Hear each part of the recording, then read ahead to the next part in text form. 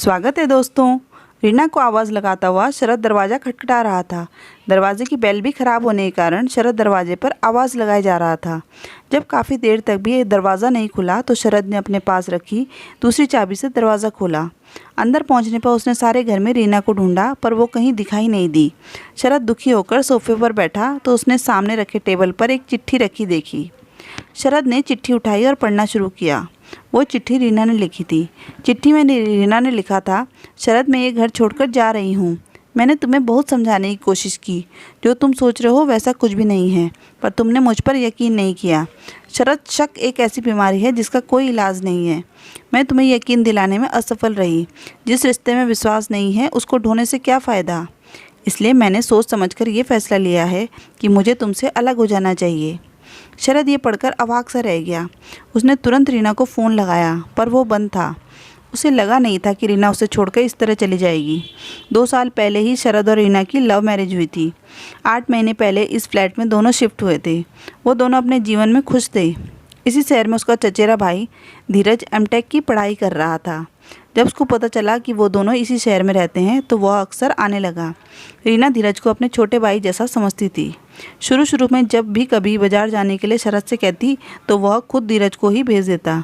जब भी कभी बाज़ार जाना होता तो वह खुद धीरज को ही फ़ोन करके पूछ लेती, ये सोचकर कि शरद को क्या परेशान करूं। धीरज भी धीरे धीरे रीना से घुल मिल गया। धीरज रीना को बड़ी बहन की तरह मानता था और अपनी बातें शेयर करता था। वैसे तो जब भी रीना कहीं जाती तो वो शरद को बता के ही जाती थी, पर एक दिन धीरज अपनी गर्लफ्रेंड से रीना को मिलाने ले जा रहा था। रीना ने कहा, शरद को बता दूं तब चलते हैं। तब तक धीरज बोला, नहीं भाभी, पहले आप अलका से मिल लीजिए फिर आकर बता दीजिएगा। आज पहली बार बिना बताए रीना घर से निकली थी तो उसे अच्छा नहीं लग रहा था, पर यही सोचा आकर बता दूंगी। धीरज रीना को लेकर पार्क में जाता है जहां अलका भी आने वाली थी। अभी अलका आई नहीं थी तो दोनों बगल में रखे बेंच पर बैठकर इंतज़ार कर रहे थे। अचानक रीना की आंख में कुछ पड़ जाता है। धीरज रीना की आंख में से निकालने लगता है। उसी पार्क में शरद का दोस्त मनोज आया था और उसने रीना और धीरज को एक साथ देखा तो कुछ और ही समझ बैठा। दोनों की साथ की तस्वीर निकाली उस समय की जब वह रीना की आंख में से निकालने की मदद कर रहा था। मनोज शरद के पास जाता है और बताता है कि मैंने रीना भाभी को किसी लड़के के साथ देखा है। अरे वो धीरज होगा, अक्सर वो उसके साथ बाज़ार जाती है सामान लाने के लिए। यार, जब से वो रीना के साथ बाज़ार चल जाता है तब से मुझे छुट्टी मिल गई है। बाज़ार लेके जाता है ना, तो आज पार्क क्यों लेकर गया भाभी को? क्या भाभी बताई है तुम्हें आज वो पार्क जाएंगी? शरद सोचने लगता है कि अभी तक जब भी रीना कहीं जाती है तो बता देती है, आज क्यों नहीं बताई? बुरा मत मानना, आज मैंने उस लड़के के साथ भाभी की एक फ़ोटो भी ली है। ये देख, फ़ोटो इस तरह ली गई थी कि वह कुछ और ही बयां करती थी। शरद ने उस फ़ोटो पर विश्वास कर लिया बिना कुछ समझे जाने। घर आकर बेल बजाई और रीना की तरफ रीना ने मुस्कुराकर दरवाज़ा खोला। शरद ने उसे अनदेखा कर अंदर आ गया। रीना को अजीब लगा पर सोचा शायद मेरा वहम होगा। थोड़ी देर बाद रीना, ये सब कब से चल रहा है? क्या तुम किस बारे में बात कर रहे हो? देखो, ज़्यादा भोली बनने की कोशिश मत करो। किसके बारे में आप बात कर रहे हैं? तुम्हारे और धीरज के बारे में। आज तुम उसी के साथ पार्क गई थी ना घूमने। तुम्हें क्या लगा मुझे पता नहीं चलेगा? कब से तुम मेरी आँख में धूल झोंक रही हो? आपको क्या ऐसा लगता है कि मैं ऐसा कुछ करूँगी? लगता तो नहीं था, पर इस तस्वीर को झुठला नहीं सकती। उसने फ़ोटो दिखाया। अब कोई जवाब है तुम्हारे पास? अब आपने मेरी जासूसी शुरू कर दी। ये फ़ोटो मेरे दोस्त ने दी है, वही देखा था तुम्हें धीरज के साथ। फ़ोटो तो मेरी है पर जैसा दिख रहा है वैसा कुछ नहीं है। मैं गई थी धीरज के साथ पार्क उसकी गर्लफ्रेंड से मिलने, वहीं मेरी आंख में कुछ पड़ गया था। धीरज मेरी आंख में देखने लगा उसी समय की ये फ़ोटो है। अब रहने दो, एक झूठ छुपाने के लिए कितने झूठ बोलोगी?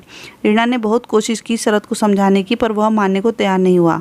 शरद एक ही छत के नीचे रहते हुए भी रीना के साथ अजनबियों की तरह व्यवहार करने लगा और एक दिन रीना शरद के नाम एक पत्र छोड़कर चली गई। उसी दिन ऑफिस से निकलते हुए शरद धीरज से मॉल में टकराता है जहां उसके साथ एक लड़की रहती है। भैया, ये मेरी गर्लफ्रेंड अलका है, भाभी ने बताया ही होगा। उस दिन पार्क में भाभी मेरे साथ मिलने आई थी, तब से भाभी से बात नहीं हुई। उनकी आँख ठीक है ना? बाद में कोई तकलीफ़ तो हुई नहीं ना? और मुझे भी टाइम नहीं मिला कि मैं घर आऊँ। भाभी ने तो मेरी बड़ी बहन जैसे मेरा हमेशा साथ दिया है। हाँ, रीना ने बताया था इतना ही कह पाया शरद। मैं अभी चलता हूँ, ज़रूरी काम है। रीना की हर बात उसे याद आ रही थी और खुद को कोस रहा था कि मैंने क्यों विश्वास नहीं किया उस पर। कितनी घटिया सोच है मेरी। शरद लेटर को जेब में रखकर देर रात रीना के घर पहुंच जाता है। रीना की भाभी कहती है, शरद आप इस समय। वो रीना, भाभी चाबी देना भूल गई। अच्छा, आप लोग बातें करिए, मैं चाय लाती हूँ। रीना बोली, अब क्यों आए हो यहाँ पर? ऐसे बिना बताए कोई घर छोड़कर जाता है? और कोई रास्ता भी नहीं तो छोड़ा था आपने? रीना, मुझे माफ़ कर दो, आज के बाद कभी शक नहीं करूँगा।